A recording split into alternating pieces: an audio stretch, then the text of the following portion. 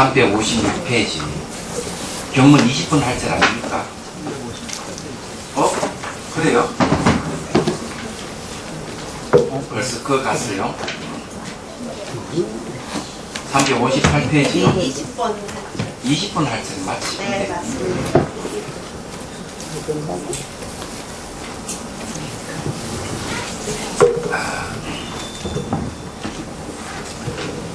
그래도 저게 점검을 한번 하고 가야 되겠네. 저 밖에 비 오는데 기분이 어때요? 좋아요. 좋아요? 차분해요. 차분해져요? 네. 또 다른 건 없고 뭐 칙칙하다든지 들어오면 좋아요. 점검한다 그러니까 다 좋다고 그렇게 얘기해버렸네. 차분해서 공부하는 좋습니다. 그래요? 야, 정말 그렇다면 뭐 여러분들 많이 늘었네.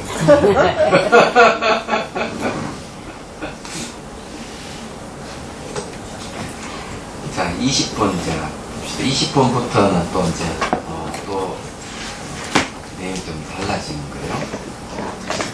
거기에 거친 덤 버림의 장애와 차입적, 이건 이제 그 수행을 하는 데 있어 가지고 마음이 들뜨거나 마음이 가라앉거나 할 때 어떻게 해야 되는가, 수행할 때 그 대처 방법을 이제 얘기를 하고 있는 거거든요.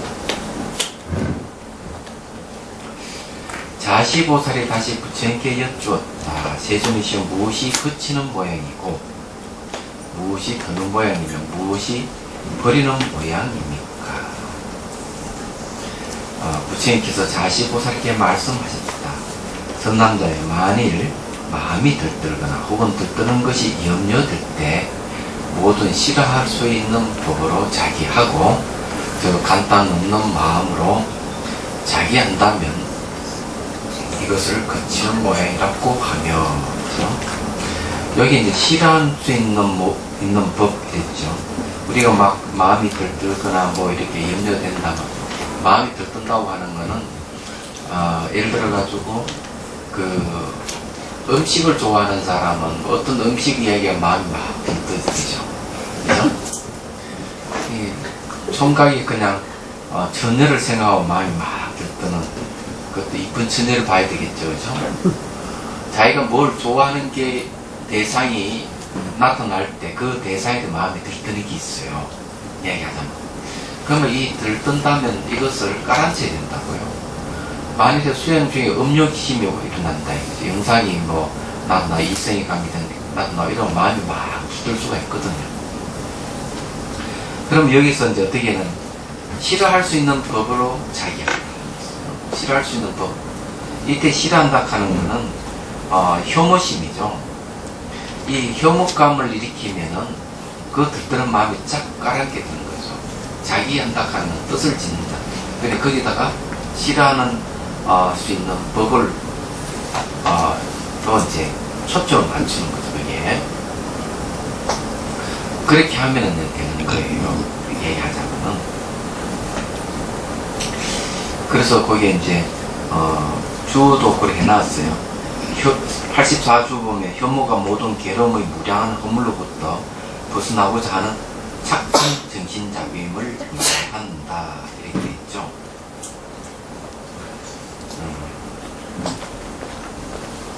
그래서 여기 이제 얘기하는 게 이제 그런 얘기예요. 이 이제 거치는 모양이라 하는 게 들뜨고 하는 거는 막 산란한 건데, 산란한 마음을 착 이렇게 가라앉히게 한다는 거죠. 네. 뭐 수행 중에 보면 막 이렇게 망상에 걸려가지고 마음이 왔다 갔다 하는 게 있잖아요. 이럴 때 어떻게 하느냐. 싫어하는 수 있는 어떤 그런 현상을 생각한다는 거죠. 네. 그래서 간단 없는 마음으로 그냥 끊임없이 그죠. 그 자기를 한다면 싫어하는 법을 끊임없이 이렇게 뜻을 짓는다면 이것을 거치는 모양이라고 합니다. 이 산란한 마음을 없애는 거죠. 뭘 거친다. 들뜨는 마음을 탁 이 멈추게 하는 방법이죠. 이런 걸 이제 생각해 볼 수 있죠. 이 조기 경전에도 그런 얘기예요. 나쁜 생각이 확 일어난다. 이 사람들은 생각을 막 하면은 나쁜 생각이 일어나면은 뭐 좀 지나면 좋은 생각으로 바뀌겠지 하지만 그렇지 않습니다. 이게.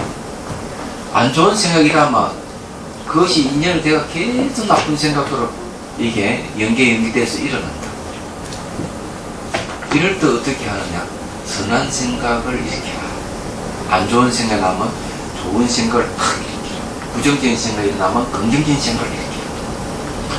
이게 뭔가를 끊는 방법이요. 물하고 불은 잘 생각해 보시면 알죠. 물과 불은 상극이다. 상립할 수 없죠. 내 마음에 불이 일어나면 물로서 끄고 물이 일어나면 불로서 끄는 거죠.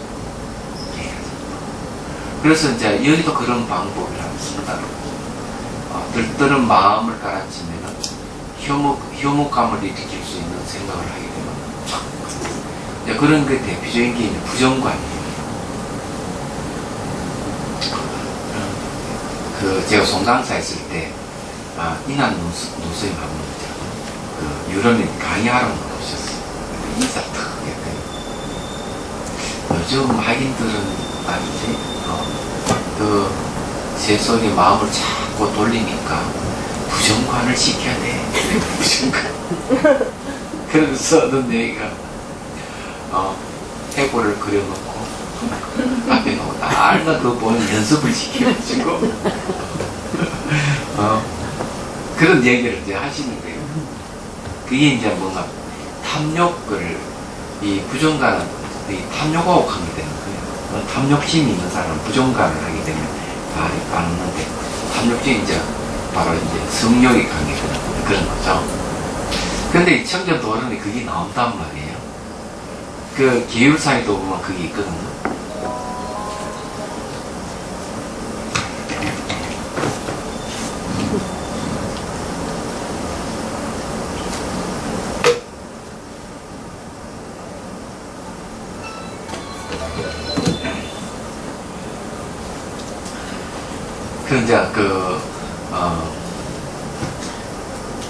이거 옛날에 한번 얘기한 이야기인데, 이 부정관 하는 스님 이야기예요. 부부가 부부싸움을 하고, 이제 부인이 이제 보따리사가 이제 진정집으로 가는 거예요. 고개를 넘어가는데 스님을 만났어요. 스님은 엄청 잘생겼으니, 저 스님하고 내가 유혹을 좀 해봐야 되겠다. 가가지고 이제 웃으면서, 근데 애교를 떨겠지. 그러고는 유혹을 하는데, 이 스님은 이 여인이 웃는 그 순간 이 치아가 햇빛에 반사되는 걸 딱 보는 거예요. 치아에 반사가 반짝 반사를 한 거예요. 그러니까 그 여인이 여자로 보이는 게 아니고 한순간 뼈 무더기로 싹 나타나는 거예요. 예. 부정관을 하신 분이니까. 여자는 이제 유혹이 실패하고 그냥 지나갔어. 얼마 전 이제 남편이 헐르부터가 이러한 여자가 안 지나가는데 스님이 하시는 말씀이 뭐 지나가긴 지나갔는데 뼈무더기 지나갔다. 그렇게 얘기하거든요. 그런 얘기가 있는데 어쨌든 그 방장 젊은 스님들을 잘 이렇게 마음을 깔아치려면 부정관 시켜야 된다는 노스님 말씀에서 아직 귀에 남아있어요. 여기에 싫어하는 법이라, 싫어할 수 있는 법이라 하는 그런 걸 얘기를 하는 거예요. 마음을 들뜰 때 가라앉히는 방법.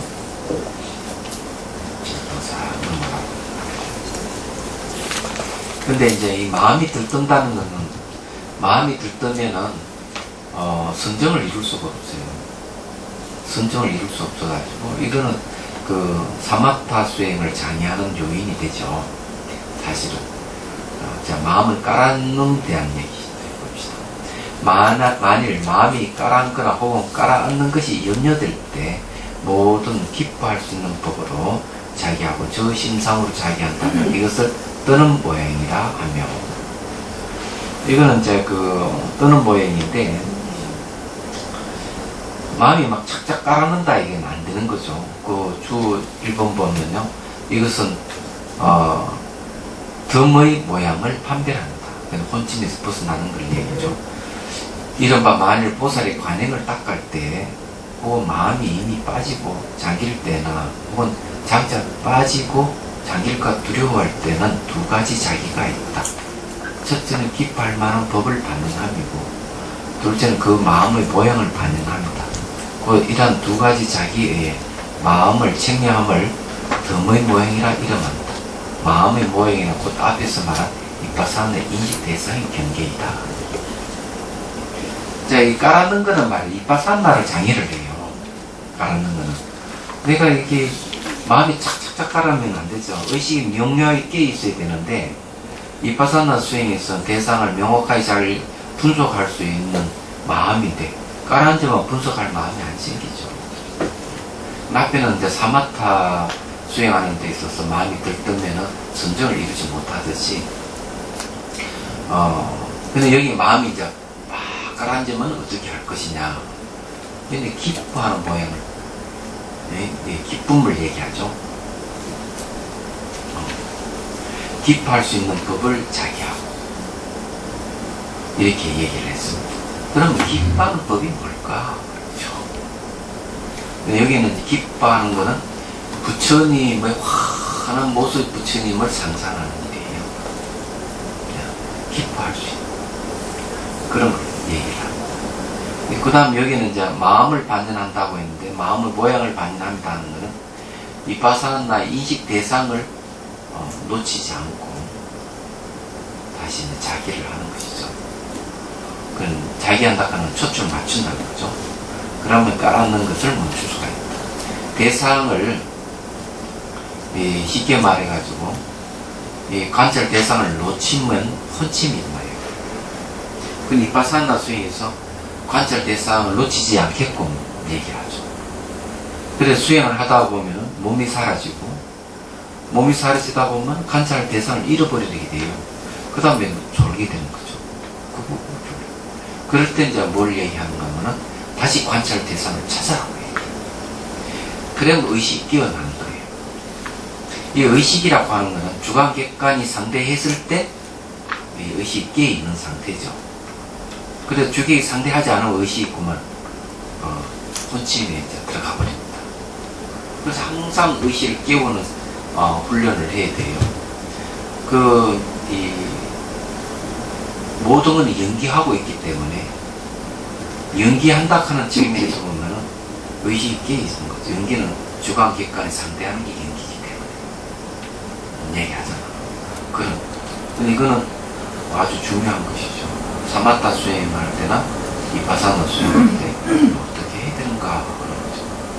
근데 또 한 가지 있어요. 혼침이 올 때 대처하는 방법은 바로 빛입니다. 광명이죠.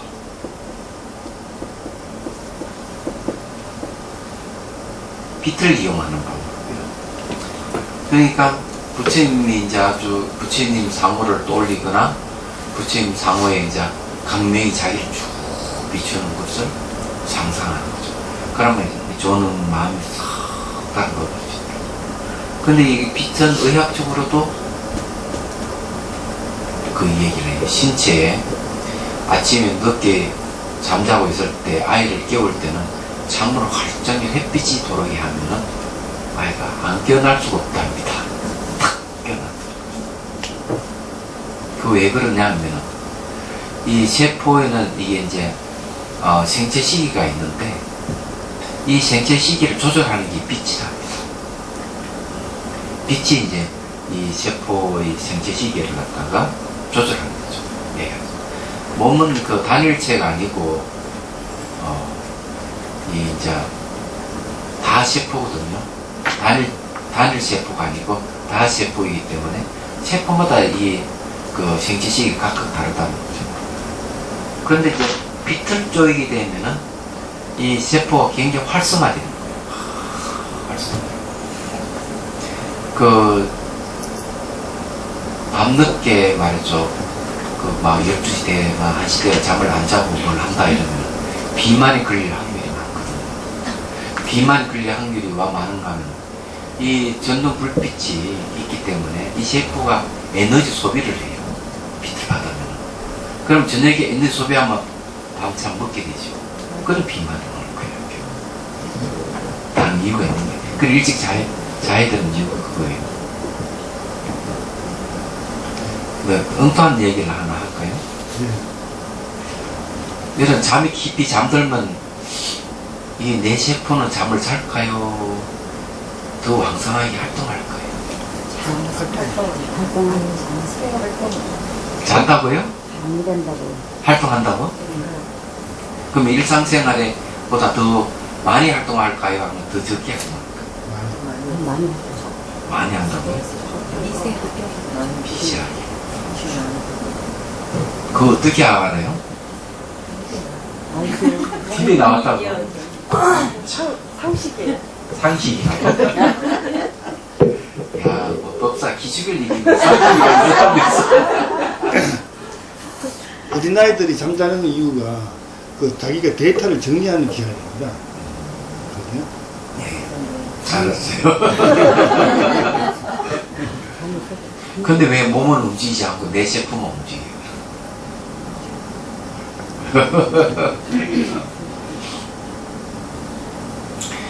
근데 여튼 그런데 넘어가고.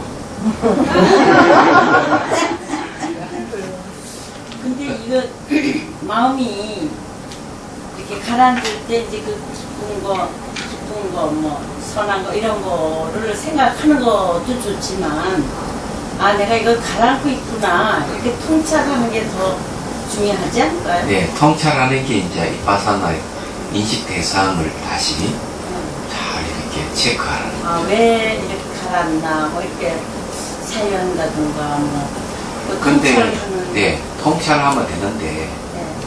이게 안 될 때가 있어요. 대상을 알아차리면 안 될 때는 어쩔 수 없이 빛을 상상하는데 깊은 일을 상상하는 이래요. 근데 옛날에는 이제 이게 혼침이 올 때 어떻게 하는가 하면은 일어서서 걸으라 그래요. 일어서 걸으라. 걸어도 또 팍 졸리면은 부처님 법문을 생각하라. 우리가 이 인생 사는 게 무상하기 때문에 영원히 살 수 없다고 생각합니다. 예. 근데 부처님 법을 쭉 생각을 하면은 잠이 달아나버립니다. 예. 이런 방법을 내. 옛날 그 선사들은 그럼 어떻게 했느냐 하면은 이 송곳 갖고 이렇게 턱없이 찔렀답니다. 무슨 뭐통 밑에 이렇게 하고. 예. 그거는 이제 그는 실험이고 예. 경은선사가 일부러 이제 술을 잔뜩 마시고 와가지고는 턱 밑에 칼을 이렇게 치워놓고 이제 졸마 탁 찔리니까 이 자기를 실험하는 거죠. 이 술 기호는 내다가 졸음을 얼마큼 내가 이길 수가 있는가. 술 마시고 술을. 예, 술 드시고 일부러 그렇게 해보는 거죠. 예. 왜 했던 저기 옛날 스님들은 제 계자들이 참 많은 것 같아요. 그거 보면 아이고. 너무 처절해요. 예? 누구야?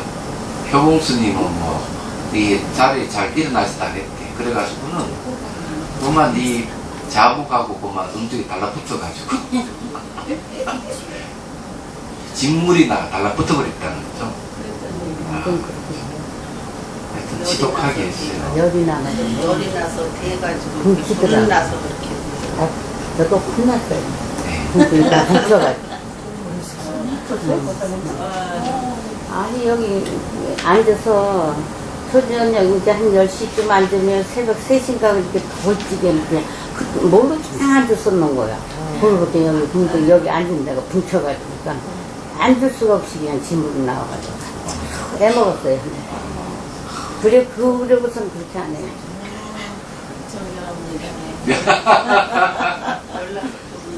그게 뜨거워가지고 비어서 그랬지. 어쨌거나 이게 저게 마음이 들뜨거나 깔아놓는 건 안 좋아요. 혼침과 도구라거든요. 혼침 깔아놓는 거고 도구는 들뜨는 건데 옛날 그 저기 뭐고 들뜨고 깔아님에 대한 에피소드는 하나 얘기해. 이것도 몇 년 전에 한 얘기인데 같은 비슷한 얘기라서 그 송강서 옆에 장안이라는 마을이 있어요. 그 마을에 이제 한번 초대를 하더라고요. 일지 그 산이더라고. 그래 이제 갔더니만 벌써 낙죽을 주문하는 그 산님하고 스님 한 분이 와 있어. 그래 이런 차를 마시고는 차가 피곤해가 딱 그 방에서 자고 이제 가려고 하니까 붙드는 거야. 한옥집이에요. 집이 아주 뭐 예술하시는 분들은 그 집을 사가지고 알수리해가 쓰시는 거더라고. 그 마을에 한옥집이 그 제일 근사한 집인데. 그래가지고 아이고 나 가야 되겠다 하니까 아니 스님 뭐 차도 마시고 잠도 자고 각오를 하고 가셔야죠. 또 붙들렸어요. 근데 내용이 이제 그런 얘기예요. 손님이 그때 왔었는데 얼마 전에 그 사평역에서 하는 시를 쓰신 각지구라는 시. 근데 와가지고 그 다음날 아침에 옆집에 부부싸움을 한 거예요. 부부싸움을 해가지고 난리가 났어. 그래가 자기가 참 미안해가지고 아이고 저 어느 날 장날이라고 이 손님 접대를 잘못한 것 같아서 죄송합니다. 그냥 사과를 하니까 그 시인이 하는 거야. 자기는 저녁에 와보니까 막 노을이 탁 튀기 너무 멋있고 밤에는 하늘에 막 별이 촉촉해서 너무 좋고 아침에 안개가 탁 끼는 게 너무 좋다. 다 좋은데 이런 적정한 곳에 있으면 마음이 착착 가라앉으니까 안 좋으니까 감주라든지 그 시내에 한 번씩 일주일에 한두 채 왔다 갔다 하면서 시끄러움을 맛보는 게 정신 건강에 좋다.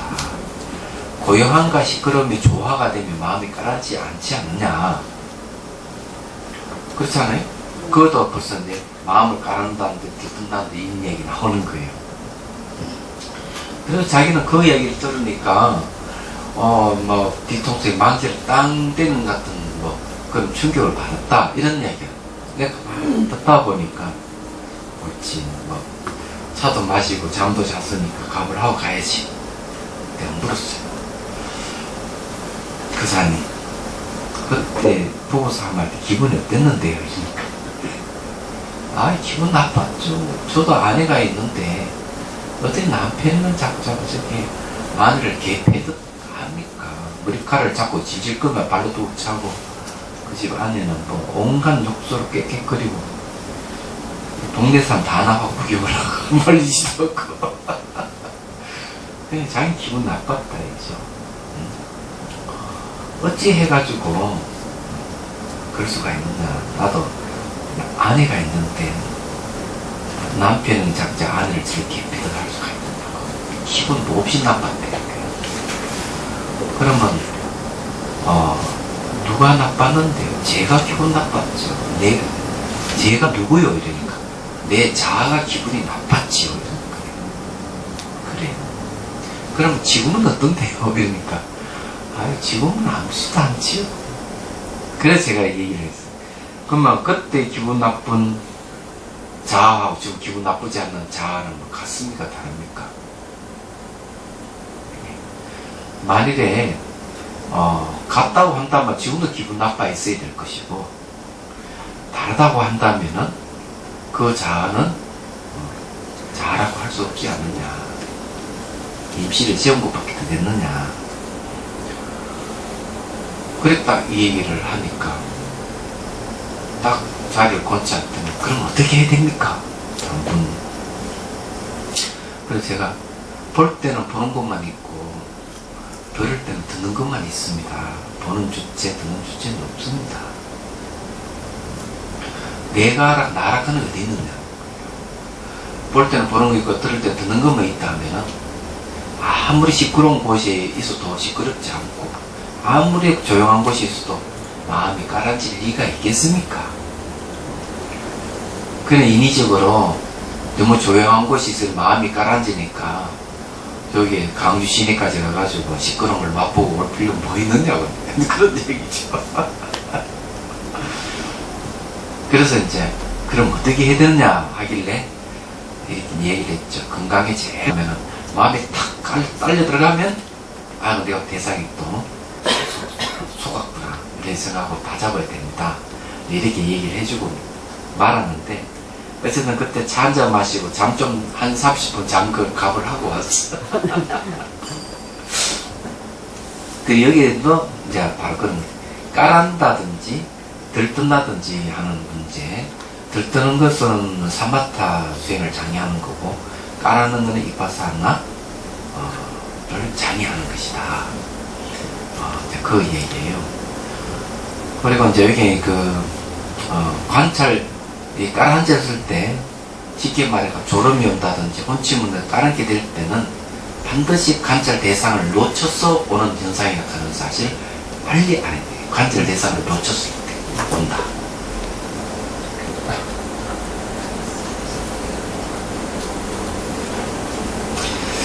자, 그 다음에 이제 봅시다. 만약 한결같은 사마타의 도에 있어서 혹은 한결같은 이파사나의 도에 있어서 이따 도락하는 길을 얘기합니다. 내가 사마타의 길을 가고 있고 한결같이 이파사나의 길을 가고 있다는 거죠.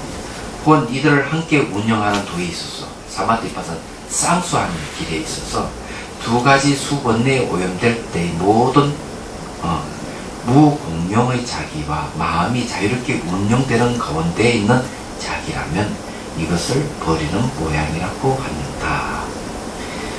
자, 여기 이제 두 가지 수번뇌라 하는 건 뭔가 하면은 헌침과 도거라 하는 수번뇌예요. 이 근본 번뇌에 따라서 일어나는 번뇌를 수번뇌 이렇게 얘기해요. 따를 숫자 썼어요. 이렇게 하는 거죠.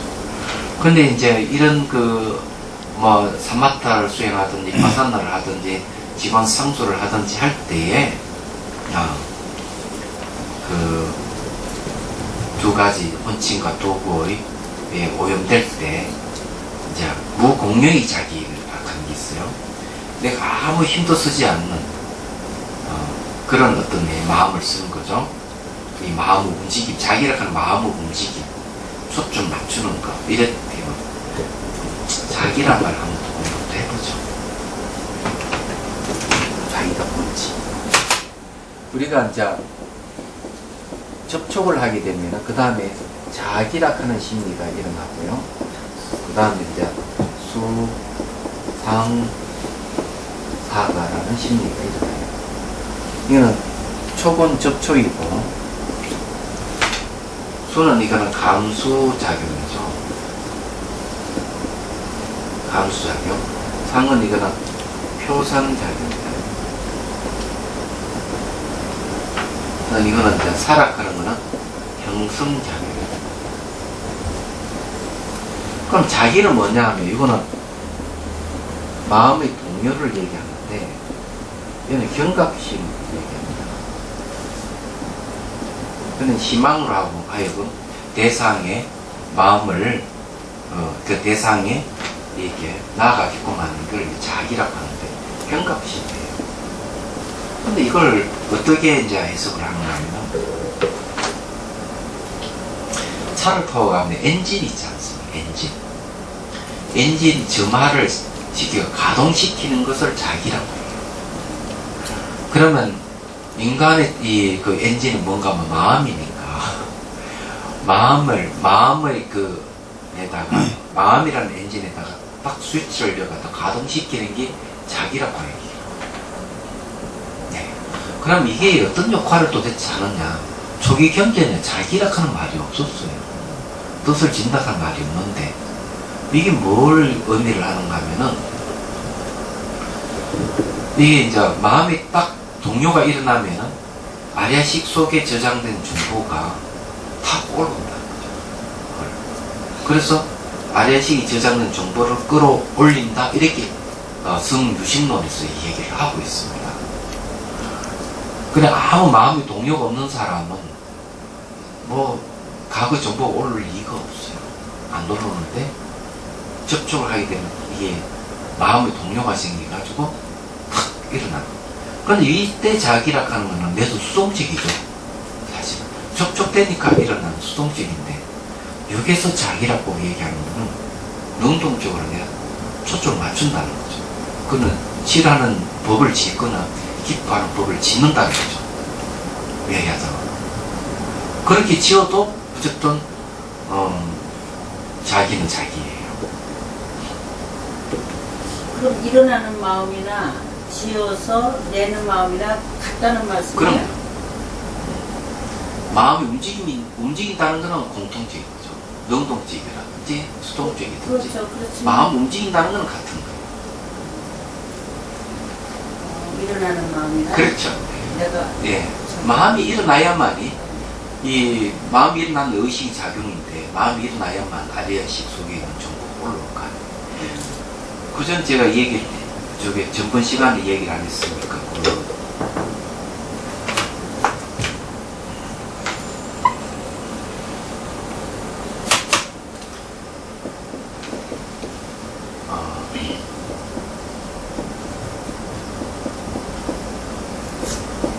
사심사관이 있다 그랬잖아요.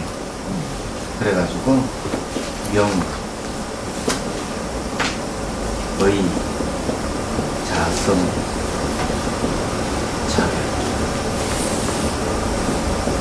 이게 이제 유식에서 말하는 수행인데, 예를 들어가 자 여기 컵을 얘기해 봅시다.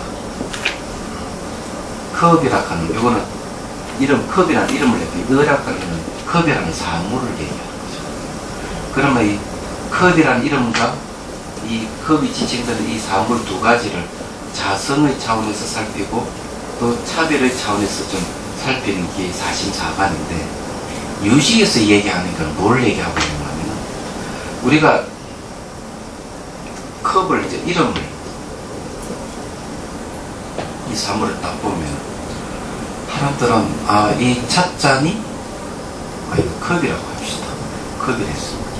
컵이 있으니까 컵이라는 인식을 일으킨다 이런 생각을 하는데, 유식에서 그렇게 얘기를 하는 거예요. 사물을 탁 보는 순간 아래식 속에 저장되어 있는 컵이라는 정보가 탁 나타나가지고 이 컵이라는 사물을 고정을 시키는 거예요. 그러니까 사물을 보면은 사물에 의해서 내가 인식이 일어나는 것보다는 사물을 보는 순간 내 마음속에 있는 아리아식 속에 있는 정보가 튀어 올라와서 대사를 규정을 시키고 고정을 시키고 다른 거 이렇게 분리시키고 그래서 이제 유식에서 얘기하는 게 뭔가, 자, 이름으로서의 컵과 사물로서의 컵은 별개의 것이다 이거죠. 이름으로서 컵은 결국 언어로서 대상을 고정화시키고 생각으로서 이게 구성을 한 것이기 때문에 사실이 아니다 이거죠. 그래서 이런 걸 갖다가 변개 소집성이라고 얘기합니다.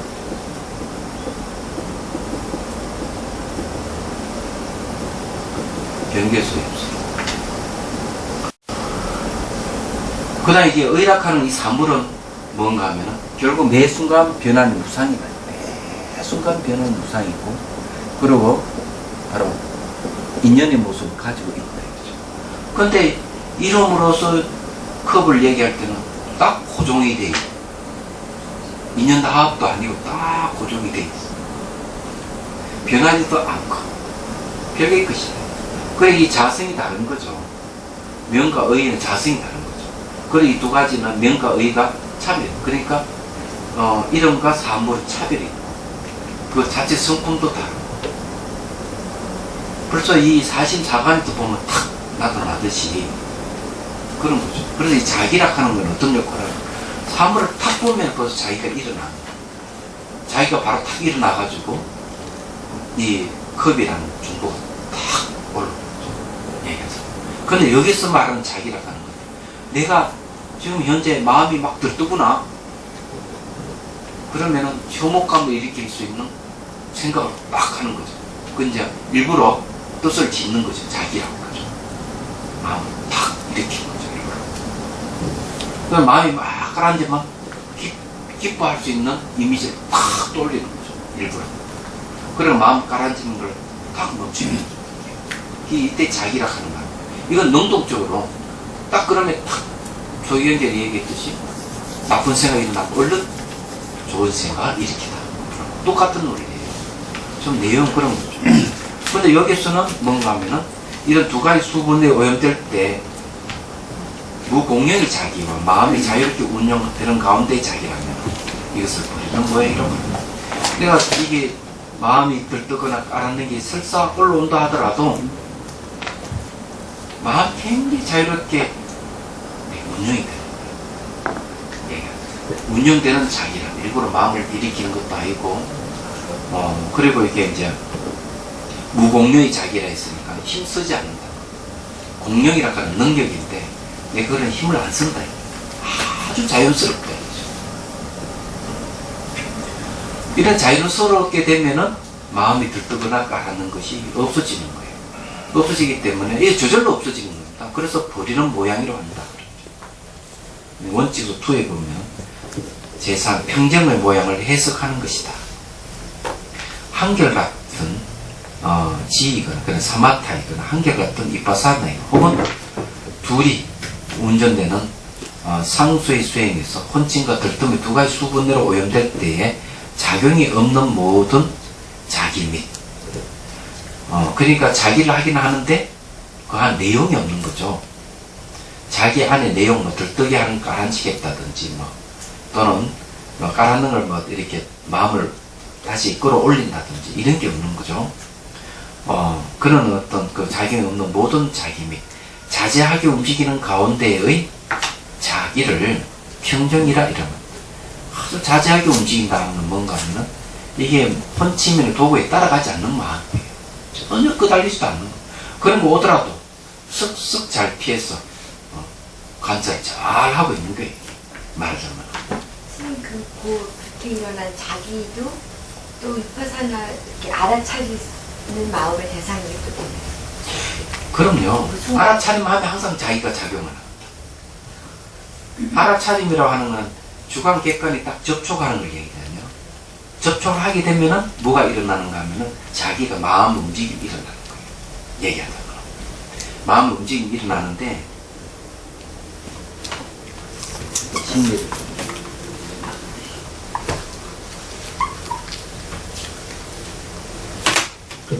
수행 심리가 5가지 있어요.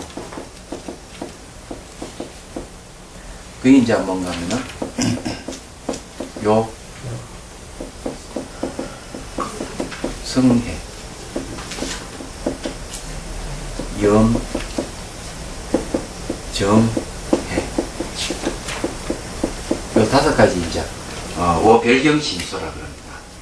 그 다음에 이제 이 변행심소가 있는 거죠. 변행. 그러니까 이거는 뭔가 하면은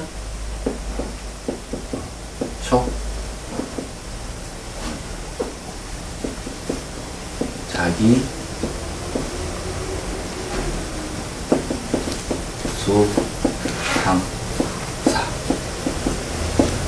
이 5가지예요. 근데 이제 이 수행 심리 중에서 염이 있거든요. 이게 샷대하는 거예요.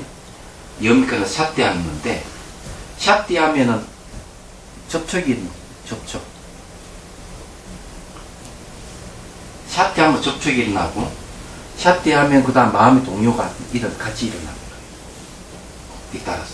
그 다음에 이 대상을 감수작용, 그 다음 표수작용, 경성작용이 쫙 일어나는데 우리가 대상을 접촉해 일어나는데 이 샷대는 어떤 역할을 하는가 하면은 반대로 이걸 접촉하는 거, 자기 하는 거, 감수, 표상, 형성작용을 다 알아차림하는 거예요. 그럼 여기서 이 얘기를 뭘 하면은 촉자기 수상사는 1차적 심리가 일어나는 걸 얘기하면은 수행 심리의 욕성이 염정의할 때 염은 2차적 심리예요.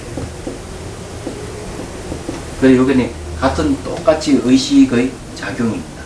의식에 이게 수행 심리가 있고 변행 심소가 있는데 우리가 알아차림할 때 접촉을 맞아요. 접촉을 맞는데 접촉해가지고 일어난 자기라든 이런 걸 다시 염이 알아차리고 있는 거예요. 심리를 막 객관적으로 지켜보고. 그래서 염수경에서 뭘 얘기하고 있는가 하면은 이 초기에서는 자기란 말을 안 씁니다. 없어요. 수상사 씁니다. 대승화가 자기란 말이 들어가요. 근데 여기 이제 말씀드리고 싶은 거는 뭘 얘기하는 거예요? 염수경에서 감각을 관찰한다. 이게. 감수작용이잖아요. 감각 관찰. 감각 관찰하는 게 알아차림이에요. 몸에 감각이 일어나는 거. 딱 알아차리는데 더 나아가지고 촉촉되는 것도 알아차려야 된다. 그래서 촉과 수가 계속 무상하게 변하는 것을 계속 알아차림해야 된다. 염수경이 그렇게 얘기를 하고 있어요. 눈과 눈의 대상이 딱 만나는 걸 접촉이에요. 접촉이 되면은 그래서 뭐가 일어나는 거냐면 자기라 하는 심리가 일어나고 그것을 갖다가 알아차리지 못하는 순간 감수작용, 정보가 나타나고 그 다음에 표상작용, 이렇게 형성작용이 일어나는 거예요. 일어나는데 알아차리면 어떤 역할을 하는가 하면은 여기 좀 이 감수작용하고 표상작용은 선천적인 겁니다. 이거. 그래서 여기 형성작용 이거는 후천적인 번뇌예요. 부생기 번뇌를 분별기 번뇌를. 그래서 마음이 이게 심소가 진행될 때 수상에서 생각사로 싹 몸가게끔 해야 된다. 이게. 그래서 이게 이 감수작용이나 표상작용이 일어날 때 이 표상적 이미지잖아요. 막 영상이 생기고 막 이 그 밀고 땡겨가는 느낌, 차고 더운 느낌 막 일어날 때 알아차림하면서 이것이 여기서 감수작용, 표상작용에서 끝나도록 해야 되지. 형성작으로 넘어가면 그다음 선악의 생각이라든가 여러 가지 막 별 생각 후천적으로 일어나니까 계속 알아차리면서 여기서까지 못 넘어가고 하는 거예요. 수행이 그거예요. 얘기하자면. 이 알아차림이 그 역할을 하는 거예요. 근데 이 알아차림도 이 촉자기 수상사가 일어나요. 잘못하면 일어나기 때문에 항상 끊어줄 필요가 있죠.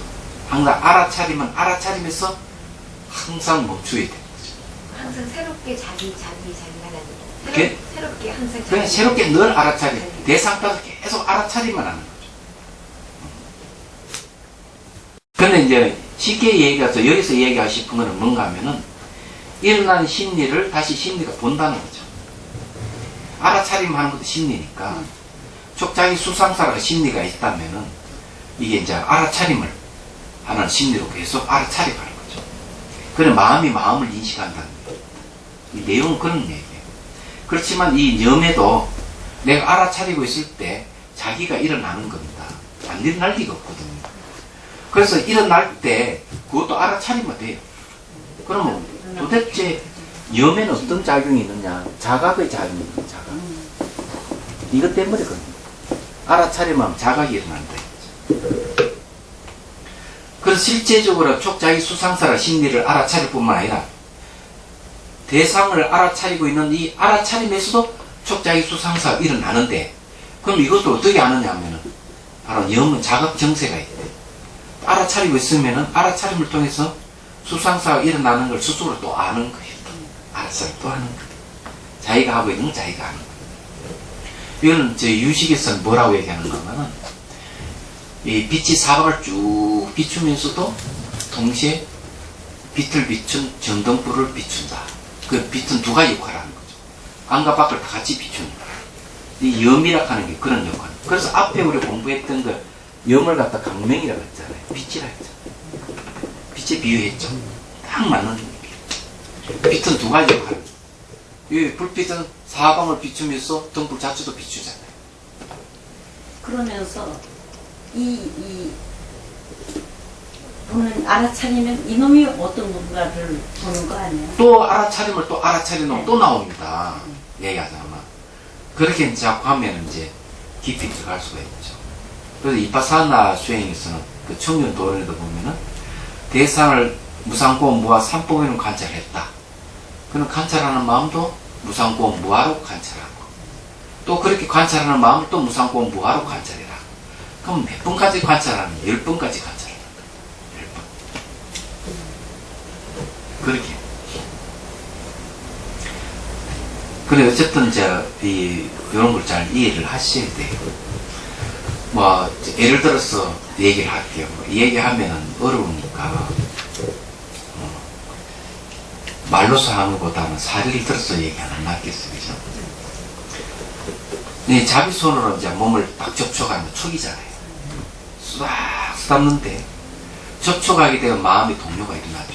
근데, 이분은 팔 쪽으로 싹 갔는데 40여 년 전에 7살 때 아이들하고 놀다가 팔을 부러뜨리는 영상이 일어나는 거예요. 그게 뭡니까? 자기를 통해서 자기가 뭐냐, 이 아래식 속에 있는 정보를 끌어올린다 그랬잖아요. 여기 이제 각가지 정보가 있다면은 아리아식 속에 이 아리아 무의식이잖아요. 그럼 자기에 의해 가지고 이 정보가 감수작용으로 표상작용으로 형성작용으로 오는 거예요. 나타나는 건데, 발전하는 건데, 자기가 딱 이렇게 접촉을, 자비손을 접촉한 걸 내가 알아차리고 있다, 이게 염이.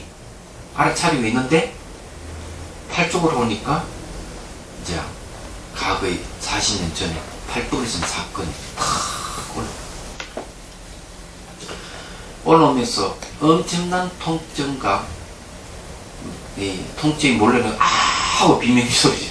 자선하다가 40년 전에 재생되는 거죠. 옛날에 있었던 것이. 그럼 막 땀이 막 얼굴 비어뜨지 옵니다. 통증이 오니까.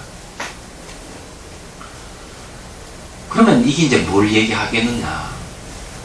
손이 접촉해서 자기가 일어났을 때 과거의 정보가 튀어오르는 거죠. 어릴 때의 트라우마가 튀어오르는 거예요. 사실은요. 그러면 뭘 알아차리냐? 수행 심리적 염이락한 샷이 알아차림하고 알아차리면서 막 과음을 지르면서 알아차림만 하는 거예요. 그러면서 문득 깨우침을 얻는 거죠. 그때 내가 평소에 사람하고 부딪히고 뭐 이렇게 부딪히는 걸 싫어했구나. 싫으면 어디에 있는가 했더니 막 어릴 때 이런 트라우마가 있어서 무슨 싫어했구나. 팔을 부딪혀. 그래서 자기도 40년 전 사건이 어떻게 이게 올라가느냐 얘기죠.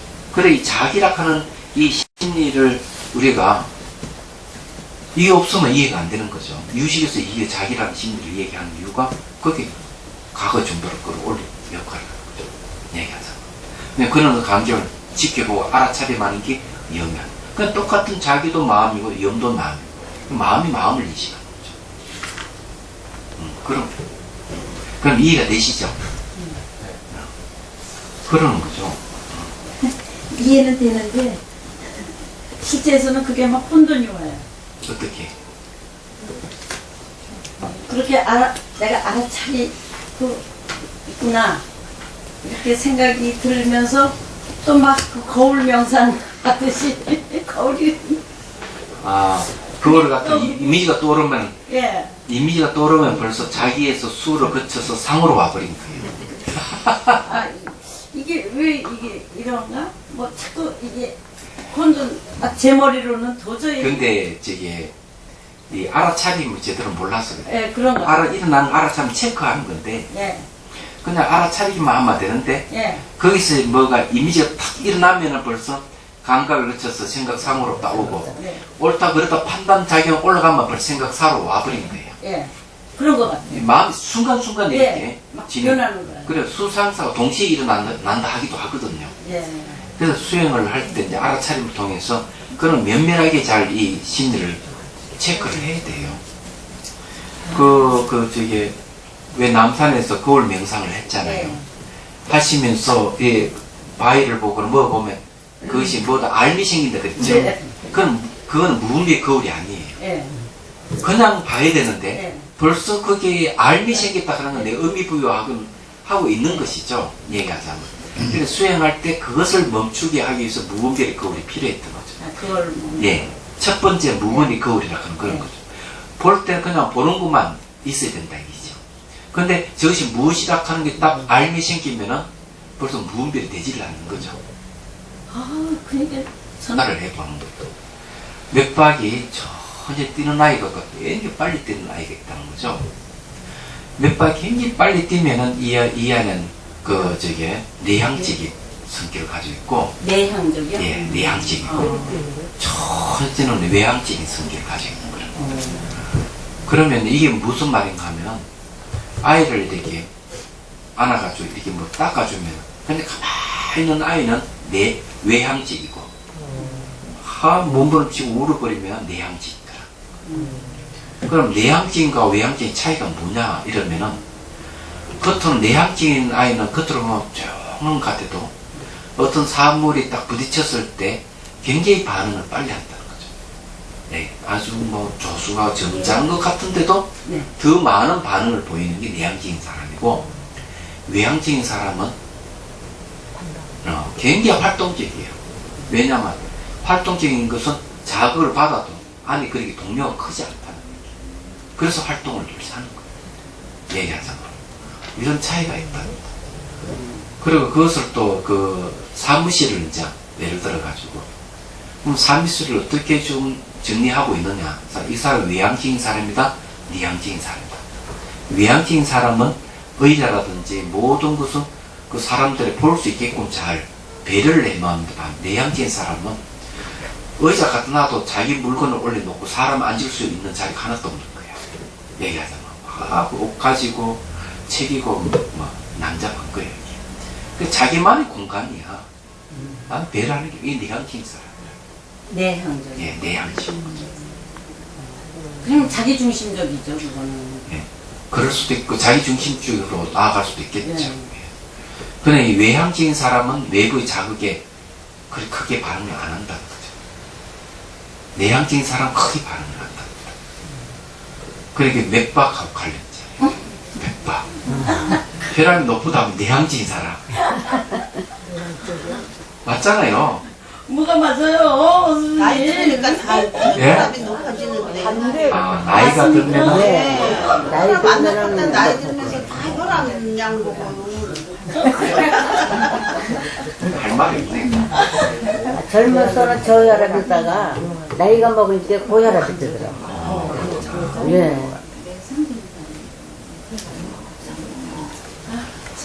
꼼짝 말고 집에 바퀴를 써야 되겠네.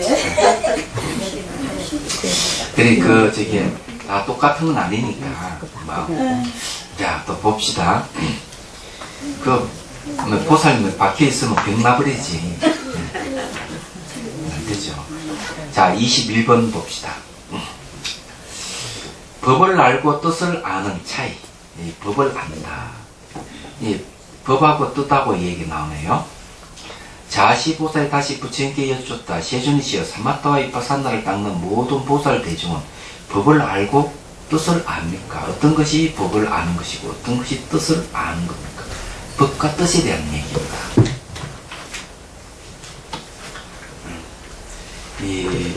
이게 이제 법과 뜻은 뭐 대승기 신론에도 많이 얘기를 하니까 법과 의를 얘기하죠. 이걸 어떻게 구분하느냐 하는 거죠. 자, 부처님께서 자시보살에게 말씀하셨다. 선남자여, 저 모든 보살은 5가지 상으로 인해 법을 안다. 첫째는 명칭을 아는 것이고, 명칭은 사물에 대한 것을 명칭. 예를 들어서 여러분들 이것도 알아야 돼요. 명은종자라는 말을 쓰잖아요. 명은종자. 종자는 명하는 이건 명칭을 얘기합니다. 그러나 은하는 건 은서를 얘기합니다. 그러나 명칭은 보통 사물에 많이 쓰지만은 은은 사람이 쓰는 말이죠. 그죠? 은서이니까. 그래서 명은 종자라. 그래서 대개 사물과 사람의 관계되는 정보라는 거죠. 그럼 여기서 저 명하는 그런 의미에서 명칭을 아는 것이고, 둘째는 구를 아는 것이고, 셋째는 문을 아는 것이고, 넷째는 개별을 아는 것이고, 다섯째는 총체를 아는 것이다. 자, 이게 명칭보다는 명칭이 붙으면은 구가 되죠, 그죠? 구가 더 붙으면은 문이 되죠. 이 세 가지를 다시 이 개별적으로 아는 거하고 전체 총체적으로 아는 거 이렇게 나누는 것을 얘기를 하는 것 같습니다. 자, 그러면은 원칙소 1번 보십시오. 숫자에 의해서 명칭을 열거하는 것이다. 5가지 중에서 앞에 셋은 가르침의 자성을 아는 것이고, 그러니까 명, 구, 문은 가르침의 자성, 가르침의 그 자체 성품을 아는 것이다 이 말이고, 곧 이 문장이 준하면 열의 교법은 명칭, 문구, 글자를 자성으로 삼는다. 나중의 2가지는 교법의 총체적, 개별적인 뜻을 아는 것이다. 그래서 여기 이제 법을 안다 할 때 이 법은 뭘 얘기하는가? 가르침, 부처님 가르침을 이야기합니다. 그냥 부처님 가르침은 이제 명칭, 문구, 이걸 통해서 이제 안다는 거고, 그 다음에 이 가르침의 뜻은 어떻습니까? 총체적인 것, 개별적인 것 나눠서 얘기했죠. 총체적인 것은 하나의 뭉텅거려가지고 본질을 바로 이제 깨뚫어서 하는 이야기죠. 동성 같은 거는 바로 그런 뜻이죠. 명칭, 구, 문 이런 거는 다 아시죠. 진여라든지 또는 일심이라든지 이런 거는 명칭이 속하죠. 구회는 명칭에 대해서 일심 도전 두고 이렇게 쭉 나열을 하는 거고, 그 다음 문하는 거면 좀 산문매죠. 좀 더 일심보다 더 많이 해석한 걸 얘기하자면은, 그러면 그걸 이제 개별적인 이 뜻은 어떡하지만은 총체적인 것은 뭐를 가리키고 일심은 근원이 공성을 얘기하는구나, 이런 거라면 총체적인 걸 얘기하죠. 그럼 이해가 되시죠? 네. 별로 어려운 건 없네요, 그죠? 그 다음에 이제 봅시다. 지금 이 뜻은요, 우리가 쓰는 이 문체도 마찬가지. 똑같습니다. 네. 그죠? 네. 네. 근데 이거는 이제 결국, 내용이다. 뜻을 알기 위해서, 뜻을 알기 위한 하나의 아주 분석적인 방법이죠.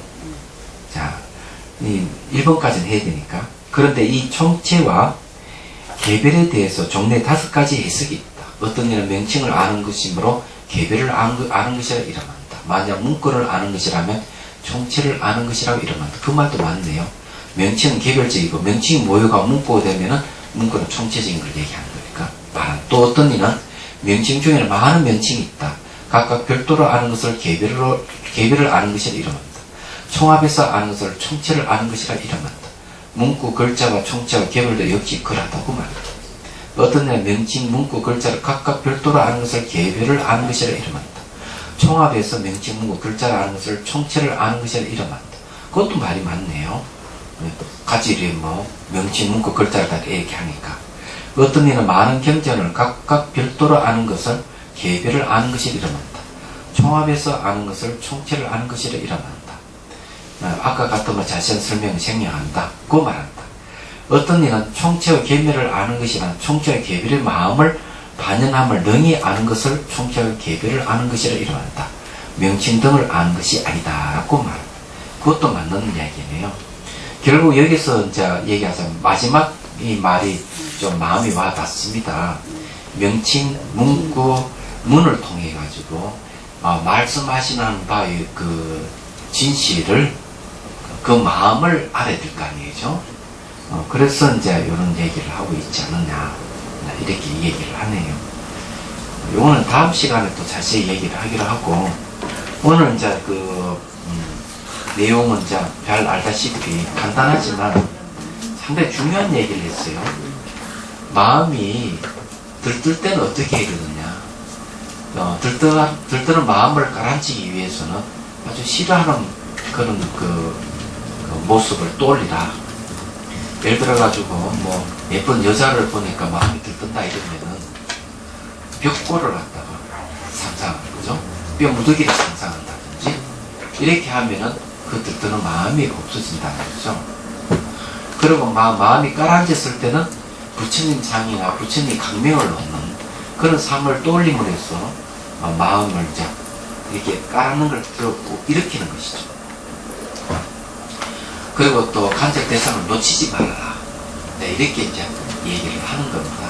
그래서 마음을 들뜨거나 깔아놓는 것을 방지를 하는 거죠. 이 두 가지 번뇌를 퇴치하는 것이죠. 그렇지만 한결같이 사마타 니파사나 잘 알아차리고 잘 하고 있을 때는 혼침이라든지 마음이 들뜨며 오더라도 전혀 자기를 슬피고 없다. 무공명이 자기. 잘 관찰될 때는 그놈 저절로 사라져 버린다는 거죠. 개별적으로 따로 뭘 자기를 할 필요가 없는 것이다. 그래서 이게 자유롭게 운명이 되기 때문에 이런 것은 다 버리는 모양이다. 이렇게 얘기를 하고 있습니다. 그래서 여기서 이제 얘기하는 이 세 가지가 아주 중요하다.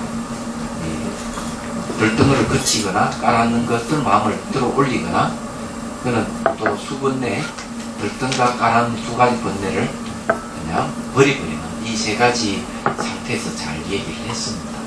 여러분 이건 늘 일어나는 거니까 장애를 어떻게 극복할 것이냐 하는 건 매우 중요한 정보입니다. 또 다른 질문 없습니까?